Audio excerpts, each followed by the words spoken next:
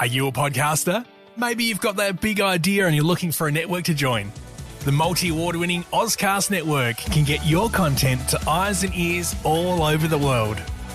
Join now for the first month free, and you could be featuring this sound at the beginning of your podcast. Ozcast. Simply head to ozcastnetwork.com for details. Personality type and travel. Have you ever travelled with people and vowed you'll never do so again? So have I. People are so different, and often you don't see this side until you're in close proximity with them for long periods of time. And there are so many things that can annoy the heck out of you. They're never on time, they're too planned, not planned enough, messy, need to be with you all the time, spend too much time by themselves, want to go on scary adventures, or don't want to do anything but mainstream tours and see the tourist sites.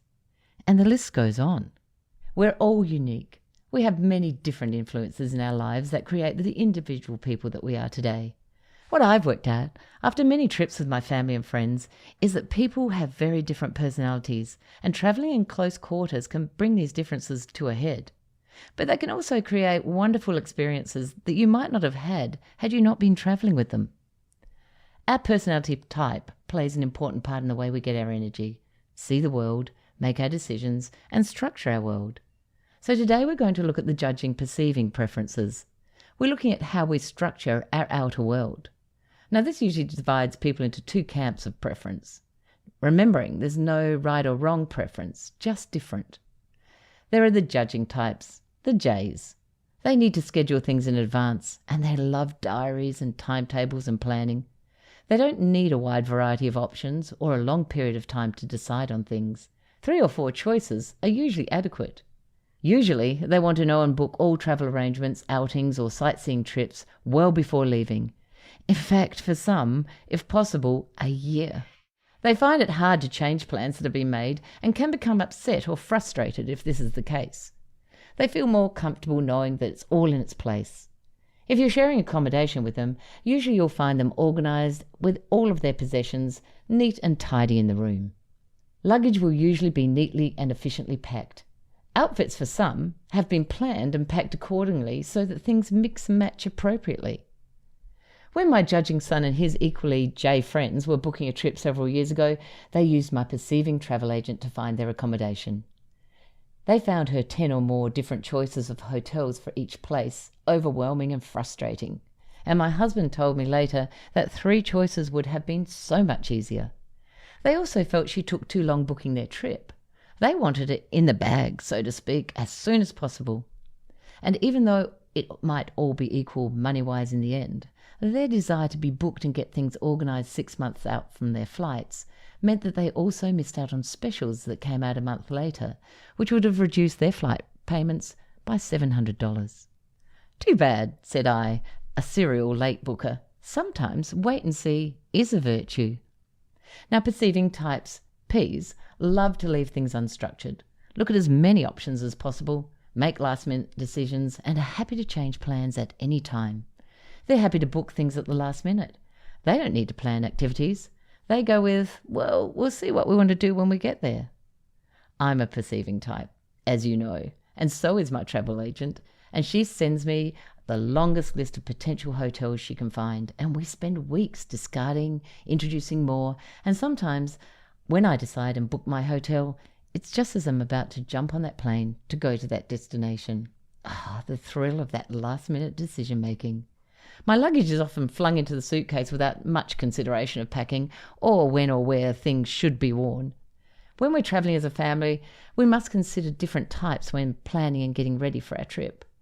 My perceiving travel stories, such as booking on the day we fly out, bring shivers of horror to my judging friends who book their flights and accommodation a year ahead and plan every minute of their trip, tours, bike rides, everything.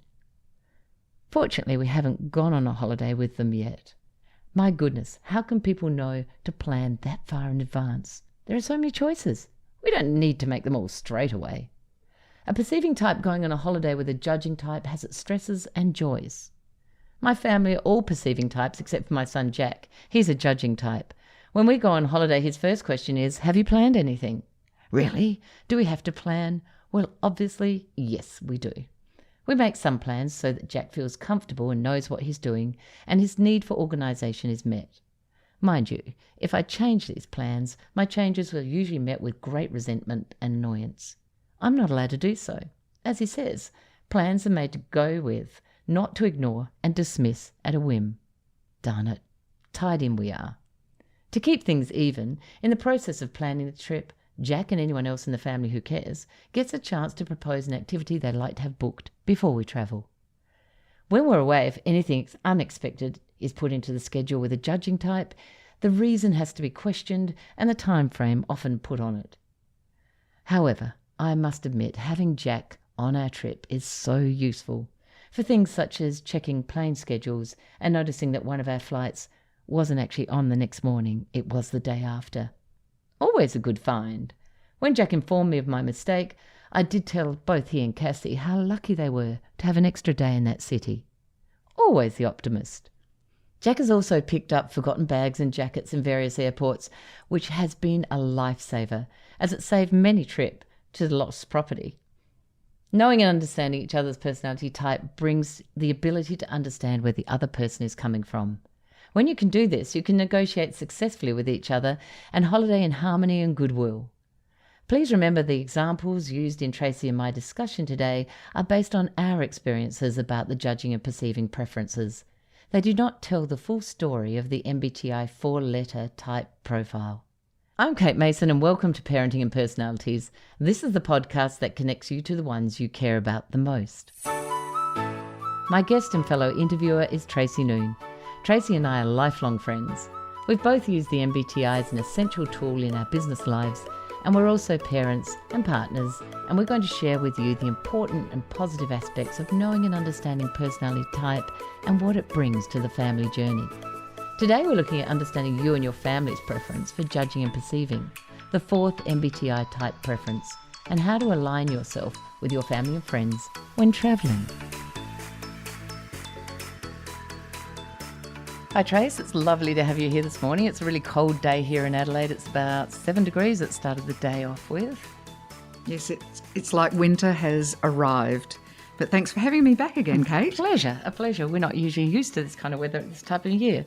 Now, what we're going to talk about today is we're going to talk about judging and perceiving types, and we're going to talk about travel because I'm about to travel, and it's really interesting the way that I get my thoughts together and my travel itinerary together in comparison with many judging type friends that I have, and you are one of them.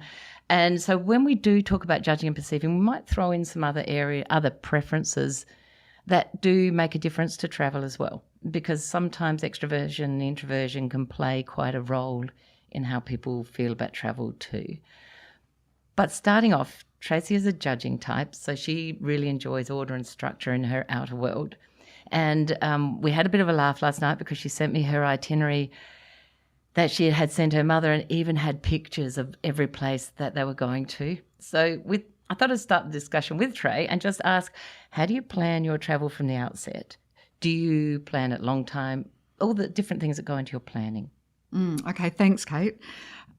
Yes, with travel, I prefer to plan and organise as far ahead as possible, where in other parts of my life I might be more flexible.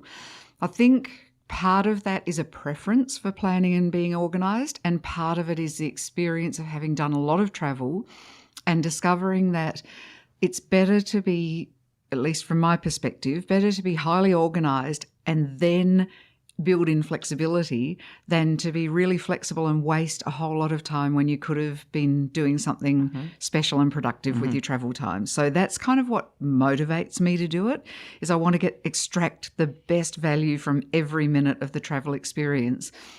The other thing that motivates me to get really organised, well, apart from financial, because the further ahead that you book things, usually the less expensive they are, so there's that. But the other is that I like to keep my travelling partner or partners informed as to, because often I'm the organiser because I like organising, and so I like to kind of fill them in on, this is what our trip is starting to look like, and do you like the idea of staying there, or would you rather that we did this kind of activity? So I build in their choices along the way and build the itinerary to validate both of our preferences and choices as they go. Does that make sense to you? Yes, it does. So in that validation, so how many weeks out would you usually like to start your planning? Oh, months. So, like if I were to organise an overseas trip, and I'm starting to think about doing an overseas trip next year, I'm looking at it now for next September, and it's May. So I can't book I would book an airfare now, except that I can't because you can't book more than a year ahead. So I'm now going to start to form up an itinerary in my head loosely. Do I want to be away for 2 weeks or 3 weeks, and where would I like to go? And why would I want to go to those places? And do I want to travel alone or do I want to travel with other people? I start to formulate that way in advance. And then I will start doing like booking airfares and hotels as far ahead as I can. And then I'll fill it. It's like a drawing, where you sketch the outline and then you fill in the colour later. Yeah, I'm not a last minute person with overseas travel. I'm talking about overseas travel here. Yes, so am I. I mean, that's the kind of trip I'm looking at. And what about you? Well, I colour in before I draw the outlines. So Paul and I often just sit there and often, if there's a bit more money around the place or something like that, we'll look at each other and go, let's do a trip. Okay, and then usually it might be 3 or 4 months out, and this is an overseas trip. And the best part is I've got a travel agent who is so like me, but she's big picture as well. So she and I will start planning, and she always says, "Oh, Kate, don't worry. There are planes, there are hotels. You don't really need to book that far out front." And I'm good with that. And so, except for Jack, poor Jack in our family, we all just go with the flow. So I you know how you book your experiences. So I chat to the family as I go along. They like to put me in charge. I actually don't like being in charge because this isn't my thing, planning, and scheduling and making sure you get on planes on time and all that type of stuff. It's really quite stressful. So that's why I have a travel agent to make sure that I cover all my bases, although she has forgotten some things over time. But so what I do is I start looking at hotels, but I have been known to book a hotel just as I've got on a plane to the place we're going to. Oh, no. And Jack was so stressed. I would be so stressed. But to me, there's more hotels out there. The other thing is with experiences, and this is where I have to be really careful with it, travelling with judging types, is I'm very much in the moment type of personality, and I really need to learn that a lot more people look to the future. So if I get to a place and I haven't booked a special experience or something, I don't care. There'll be things to do. And if I miss out on something, well, I wasn't obviously going to be doing that in the start. So too bad. We just find what's there. Whereas I say in my preamble to this, Jack is always saying, well, what have we booked? Where are we going? What trip have we booked? Now, if I explain the reason why I hate this is because if we book and we're doing something else that day, that booking ties our whole day around a particular activity, okay? So then when we get there, for example, we're going to Paris in a few weeks, and the kids have decided they're going to do Disneyland. And that's okay, look, their choice, Paul and I aren't going. But they're going to plan, we've only got 2.5 days there, and they're going to plan that. And then Cassie said the other night, but what if we get there and all of a sudden we decide, actually, we want to see more of the sites? We can't change that plan. Why not? Because they'll have paid for it. So?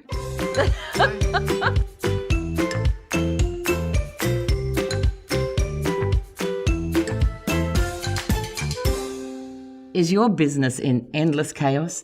Are you constantly in a state of self-criticism and unhappiness? Feeling out of control? Well, take back your life. This is something I can help you with. Let me teach you the tools of self-understanding and self-love. You won't look back. Take the first step and email me for a chat at thepersonalitycoach.com.au. So what's really this is where I look at, this is the loose tight thing for me, is I love, I can't even tell you how much I love researching where I'm going. Right. And so I'll know what all the museums are, all the art galleries, all the events that are on, what Broadway shows if it's New York, or what opera if it, and then I make my decisions and I book my tickets. And then if on the day I don't feel like going or the weather's awful or something better comes up, I just don't go. Wow, well, that's wonderful. And I could quite easily do that. But the other thing is that certain personality types care more about money too than others. And for them, that loss of money would be huge. And that's a thought I've never actually given it, that we actually don't need to go. So an example of this was we went to Hong Kong for Jack's 18th birthday, and I booked 6 months in advance because, I had to do it, at one of their famous restaurants that they've got. And on that particular day, because I hadn't researched where I was going and what I was doing, Trey, it was a Chinese public holiday, and we decided to go to Macau. And so it took us 3 hours waiting in line for the ferry. By the time we got to Macau, we were actually dumped in this huge terminal that I didn't know was there. And luckily, a guy called Paul, and I talked to him because my husband was Paul, and I thought, this has got to be fate. He was beautiful. He put us in his minivan and he raced us around Macau and promised to get us back on the ferry in time to go to this restaurant. And look, it was one of our best moments because it was so spur of the moment and so exciting trying to get back. So stressful though. So we had to get to that restaurant by 7:00 that night. So lack of research, then that booking. So for me, I don't look and go, should have researched better. I look and go, shouldn't have booked. Should have just got, because then if we got back, we could have stayed longer in Macau. I think that's one of the things that's kind of interesting about preferences, which is how we validate our own preferences. Yes. So I would look at that experience and go, there is evidence that I need to research things properly and be highly organised. You look at it and say, there's evidence that I shouldn't book in advance. Right. So we reinforce our own preferences. We do, don't we? and do you know it works? So we both feel good about what we've done, and I don't kind of ever worry about it. But I am aware this trip that we are travelling with 2 J's, and so I've sat down and said to them, although it is only 3 weeks out, guys, if you want to book some things, you can. And I think a lot of things are booked out, but that's okay. Like I say, it's my trip and I'm good with it. And they put me in charge. If they want someone else to be in charge, that's all good. So perceivers really hate being caught into a timetable or into a tight, a schedule of anything, in a sense, in anything in life. It makes us feel very hemmed in. A friend of ours booked a trip out for us for a full year, and in that time, Paul's dad actually got very sick, and the trip involved a $10,000 cruise on a lake somewhere, and Paul's dad passed away, and we had to miss that. And for us, we wished we hadn't been booked out so far because his dad got sick quite early in that, but it was all booked and paid for. So for us, it's like, oh no, I'd much rather do things at the last minute when we kind of know things like that are not going to happen. So it's a really odd, just a bit different. So, yeah. Yeah, whereas for me, booking things makes me feel freer. I would feel so stressed, like it would ruin the holiday for me if things weren't booked in advance, because I would spend the whole holiday stressing about, well, where are we staying tomorrow? And wasting good holiday time trying to find a hotel. So it's really fascinating, isn't it? But as you say, I think the important thing is to know with the people that you're travelling with, what are their preferences, and trying to accommodate. You don't want to make ruin your perceivers' holidays by making them feel boxed in. And you don't want to ruin your judges' holidays by making them feel like nothing is organised. So finding a balance and negotiating around that. That's really important. That's where, when it's important to know and understand personalities. Otherwise, I would have thought Jack was just a pain. If I didn't know the preferences, perceiving and judging, I would have just thought, oh, my goodness, he's always whinging. He's always trying to boss me around and tell me what to do. But now, because I understand that is so important. Now, the other thing about travel is also, to a degree, extroverted, introverted holidays. So I don't like holidaying without anyone else except like Paul would love to go on a few holidays by himself. I need company. I've got to have someone else. I love having our kids with us on holidays. I always have to meet somebody else overseas or wherever we're going because I love to talk to people. I love to be with people. And if we're not taking anyone, I end up making friends with someone else who is on holiday at the same destination that we're at. And Paul's like, oh my God, can't we just be just us together? So tell me. Yeah. I'm the kind of person that gets on the plane and doesn't speak to the passenger next to me. and this will horrify you. The last time I went to Canada, I went a week. I was going to be doing some hiking in the Canadian Rockies with some friends for a week. So I went a week ahead and I had a week on my own completely. And I also made a decision to have a week of silence and no social media, no media whatsoever. No newspapers, no televisions, no radio, no movies, nothing. And the only time I spoke for the whole week was if somebody helped me in a shop or whatever, and I would say thank you or, just social courtesy. And so I would got up every morning at about 3:30 in the morning. I would hike out to a lake to watch the sunrise. I just spent this week in complete silence, and it was amazing and wonderful. And then I spent a week with my friends, walking, talking, socialising, every meal together. And that balance for me is really nice. So I'm the person that you sit next to on the plane who gives you the cold shoulder, gives you the vibe right away that no, this person doesn't want to talk. Although I have to admit, I on a long trip I don't talk to the person next to me, because if they're not good, then you end up with someone with you for 12 hours that you actually would prefer not to be next to, And that is my idea of a nightmare. Yes. So I don't ever pick up strangers. And when I'm with extroverts who do, I'm blown away by the charismatic warmth of the extroverts and how they can just pull in complete strangers and make them their best friends. And I don't have that gene. No. I just don't.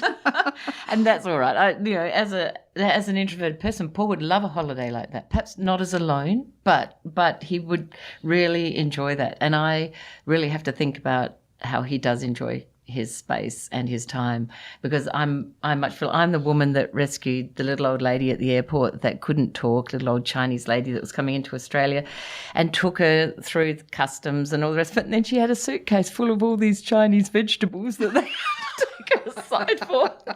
Oh, and I had to ditch her pretty fast. But it's, it is that we love to know about people, and we're so very different holidays, the introvert and the extroverted holidays, in a sense of the people that are with them, isn't it? Yes. Now, Tracy's also very intuitive, very big picture, and your holidays also would have a different lean to mine, because the idea of getting up at 3:30 in the morning just to watch a sunrise does nothing for me. So tell us about what your intuition does to your holidays. What kind of experience? Is it an experiential thing? Is it... I'm not 100% sure, Kate, but always when I plan a holiday, I plan for feelings, how I want it to feel, and the kind of... When I made this decision to go ahead of everybody else on this Canadian holiday, it started off as a practical reason. It's because I get terrible jet lag. I mean, I really suffer. And it's usually 5 days. And so I thought, by the time my friends arrive and we go hiking, I don't want to be suffering from jet lag. So it started off with a really pragmatic, and then it converted into, well, if you're going to have a week alone, what do you want to do with that week? And it wasn't go and sit in restaurants and make new friends. It was be in nature and fill myself up with nature. And that then flowed into the idea of, well, how about I don't even relate to or that I disconnect myself from the world of communication and media and news and so on. And then that led me to well, how about if I don't even talk? So one thing kind of led to another, but it was more than started off with a practical thing, but it became, how do I want it that week to feel? And then I built up ideas from there. That's so different. And so for sensing people, so I'm sensing I'm in the here and now. So I also like details, and I like things that I know about and that have been proven and researched and everybody's done it before so that it's sitting there. So when we go sightseeing, we go and see all the sites because that's what we do.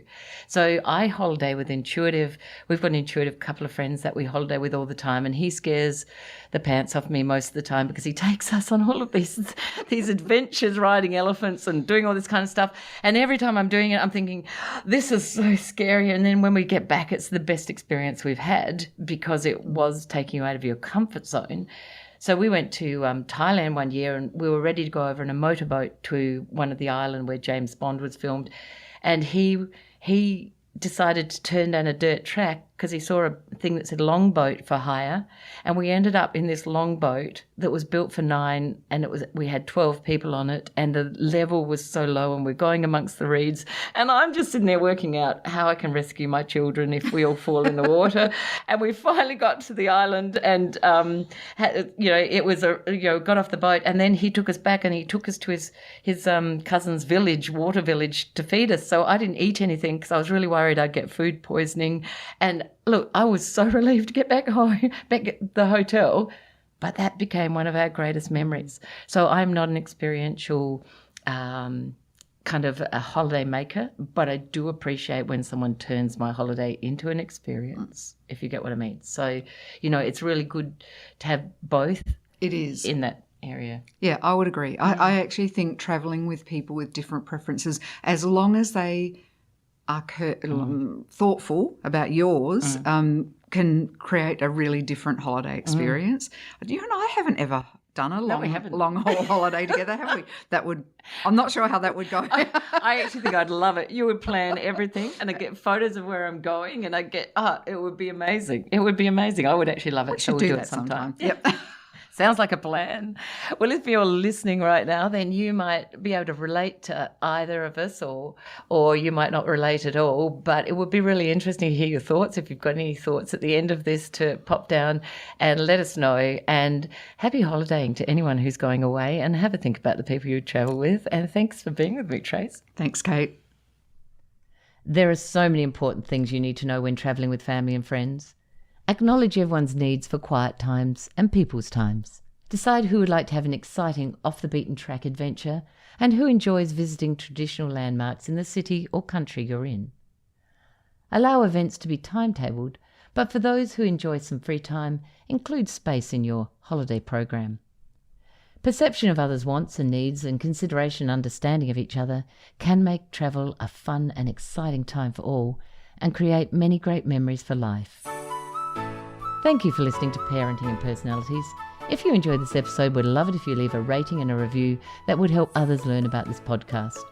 If you're interested in discovering more about you and your family's personality types, you'll find my book, Who Is This Monster or Treasure in My House, on Booktopia or Amazon. If you have an episode idea, please send a note to thepersonalitycoach@gmail.com. Many thanks to our producers at Stories and Strategies, and we'll see you next time.